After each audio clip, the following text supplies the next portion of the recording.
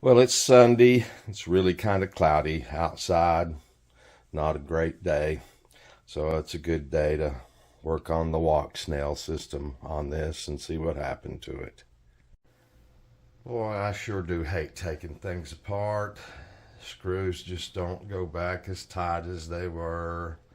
Bolts and nuts can, but screws generally don't. I took the GPS off the back. Think I'm going to change that one out.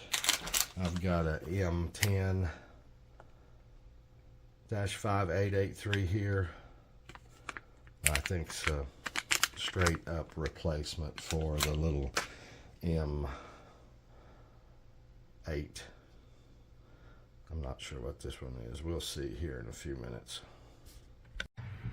Okay, we've got the Walksnail open, and right here is the connector the camera goes on.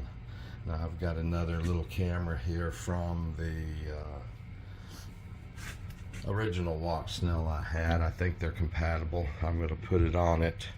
The camera I suspect to be bad is still here, but this is from the original Walksnail I have, and I'm going to plug it in there and we'll see if that makes it work. And pow, we're back in business. You can even see in the upper right it says 28.4 gigabytes of storage space. So it isn't until after the camera comes up that storage space shows. So one of my viewers did say something about a sync pulse between the camera and the video transmitter. It seems to be something like that going on. But it's fixed. But the replacement Walksnail parts did not come yesterday, as well, I just ordered them like a day or so before, so that's real quick from Race Day Quads, but they are set to arrive Monday. So I'm just going to leave this sitting right here like this and wait on the new camera to come with the new system coming tomorrow. Then we'll button it back up and I'll be able to test how the camera system works on this now that it's tuned and everything. There is one more thing I noticed. Well, it's a good thing I opened this. Look at this. This connector right here, half the wire isn't inside of it and it's sticking out frayed. So I'm going to have to repair that while I'm in here. It's good to have found that now.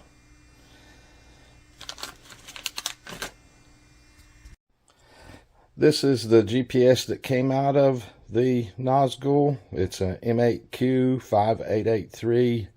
It's from iFlight. It is the one that was in there. But I bought another M10-5883 that should pick up more satellites. The problem for me is the connectors. Although their pinout is the same electrically, they're physically not the same connectors.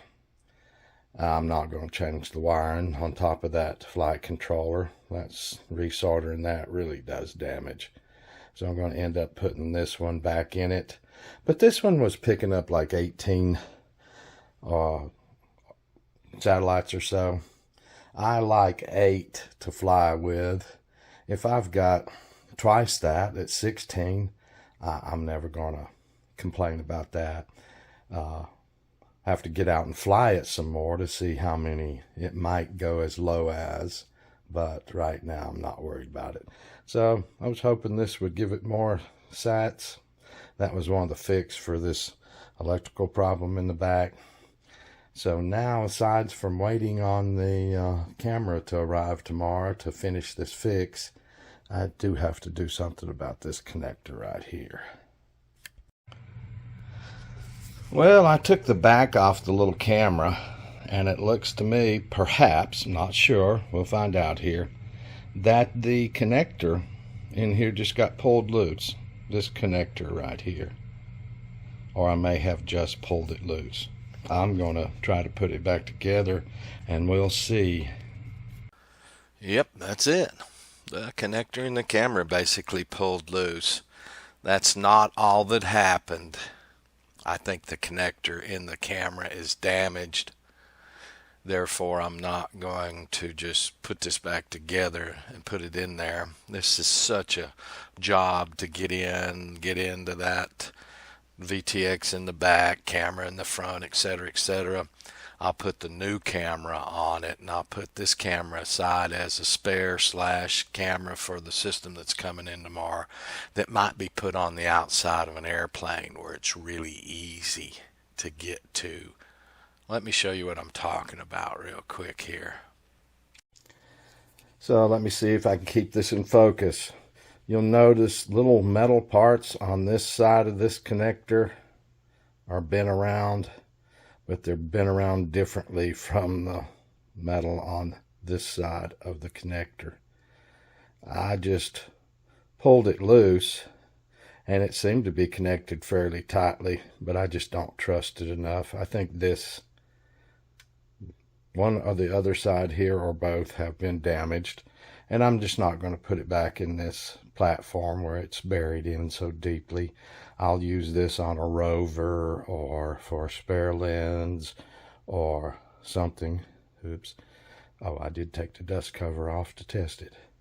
So I don't quite trust the way it seems to be damaged on right and left side of that connector. So I'm just going to replace it with the new camera. Okay, I'm ready to solder up that power connector. I put 4 layers of tin foil across everything. If the Tron God sees me doing something like this, he's going to immediately lick his lips and go, watch this. I'm going to make the solder splatter on top of some of his circuit boards and short them out. So hopefully this will keep that from happening. There you go.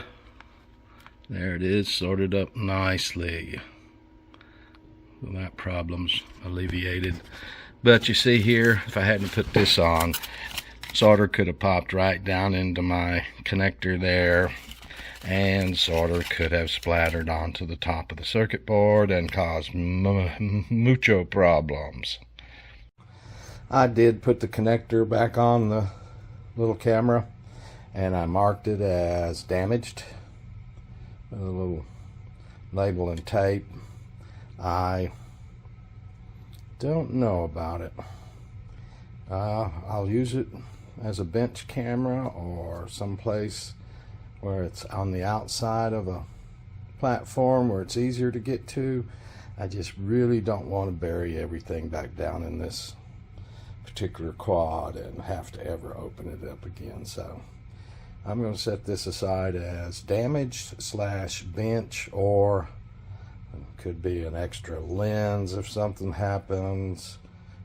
Just use it where I can, knowing that it's probably not really 100% close.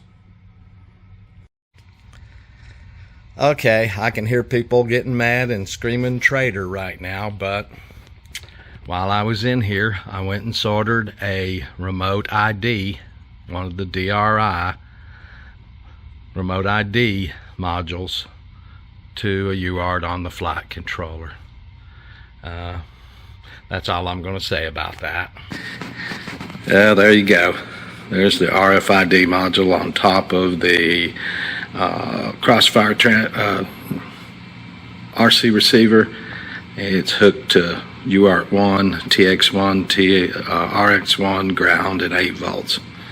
That is all. Yes, I hear you screaming.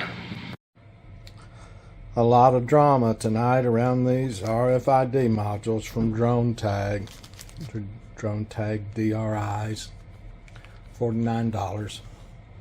I actually bought 3 more of them. I have 4 of them now. The first one that I did all the videos on is in the Nanotalon EVO for overall testing. It's glued in there. I'm not going to change that one much at all. And I bought 2 more for the 2 quads, the 5-inch and the 7-inch, because they're buried down inside the frame. I'm not going to be taking them in and out. And then the 4th one is for moving on all the other platforms. I am just going to plug it in on those platforms and move it from platform to platform to platform. For the other 12 or so, 13 or so, I'm just going to use one on them. This is what comes as part of the kit. A little cable. It's just a 6-pin straight through cable, real straightforward. The little remote ID module, and the kind I'm buying, have the built-in antenna up here, no external antenna, and I'm not using the pass-through side. I didn't get it running. I'm just using the input, and I'm doing it just with a straight up transmit and receive on a UART and passing MavLink data to it. Done. Real easy. And then this little piece of paper comes with them. And it has a number on it. Yep, come on, focus. There we go. It has a number on it. You can read that number and keep that number all you want, because it ain't worth a hoot. Yeah. The first one I got a month, 1st of July. Back then, the tag that came in it was perfect. Perfect registration number for use on the drone tag site to activate it, and on the FAA site to attach it in the inventory with a particular model of mine. But it seems the 3 that came a week or so ago for the 7-inch, for the 5-inch and the 7-inch, and then a spare, all 3 of the tags that came with it were garbage. I actually had to go in another way and figure out what the ID was for them so I could register them with the FAA. But all that was successful. I'm not going to buy any more of these. I'm getting more and more frustrated with them every time I touch them.